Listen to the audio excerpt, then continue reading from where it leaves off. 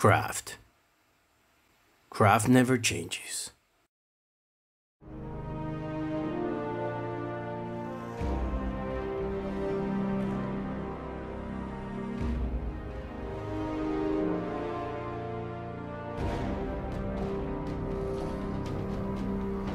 Hello there, welcome to the Metal Crafter. Following the Fallout series, I wanted to create some rock formations that I can use as background elements in the table and also in my shots. So while brainstorming about the shapes, I thought about making a mine entrance. These are all around the wasteland in Fallout 3 and New Vegas, but not so much in Fallout 4. I could then use the build as a rock mount or unique element, or maybe even part of the story. Let's hit the table. I have several MDF cuts which I usually use as bases in my builds. So I started by drafting the shape that would better blend with the wasteland mat. Then used some metal or garden scissors to cut the desired shape. With the X-Acto knife, I sliced the borders for smoother ends and then used regular scissors to improve the lines. These are the three bases I'll be using.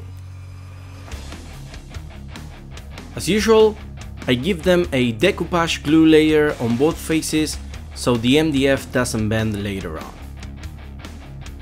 I had a big piece of regular styrofoam which I wanted to use instead of the favorite high density one. Didn't worry about the foam's holes as we'll be covering that with plaster later on. I cut some random pieces which I'll be piling up to form the rock formations, keeping the bases as reference for the sizes. For the mine, I made a draft to have better reference on the entrance and rock sizes.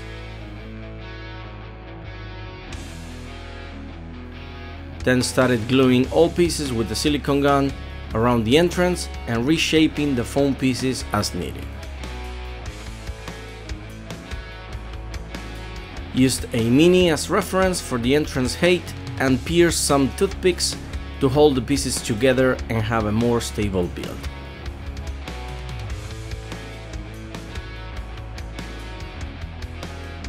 Once the whole shape was defined, I used a metal brush to add some further texture to the rocks. I wanted for the entrance to look as if it goes into the ground, so added a small curvy piece of foam to give it that perspective.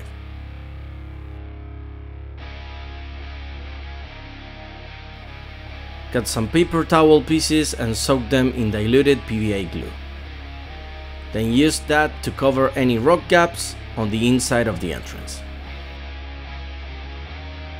Once dried, I started covering the rocks with some construction plaster and help of a palette knife. Then smoothen the whole surface with a wet brush. Spread some regular sand, mainly on flat parts. With some PVA glue and cat litter, added additional smaller rocks.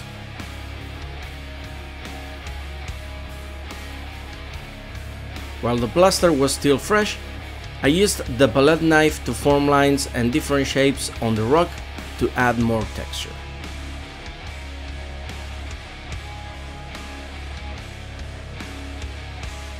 Once dried, I prepared some regular decoupage glue and black paint mix and covered the entire build.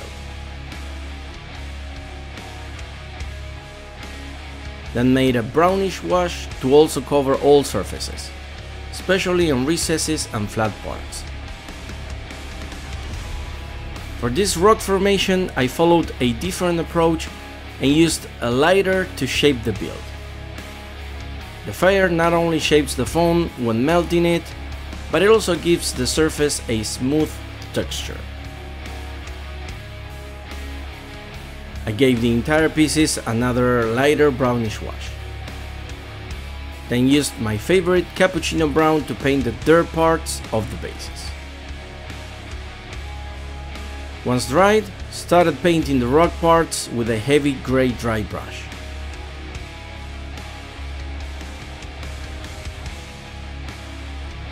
After the builds dried, gave them an entire black wash. Used the same brown cappuccino and a lighter tan to dry brush the dirt and made highlights pop up. With a big soft brush, added highlights to the rocks. To finish the mine build, I used a mini as reference to draft the entrance door. Got a small chipboard piece as the base and added a small rusted piece of mosquito mesh. Used some matches to make the door's frame and some good coffee stirrers as reinforcement planks. Gave some brown and black washes over the wood.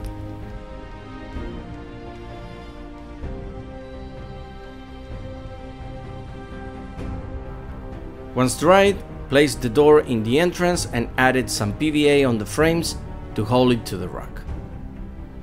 That's it. Let's take a look at our rock formations in the table now.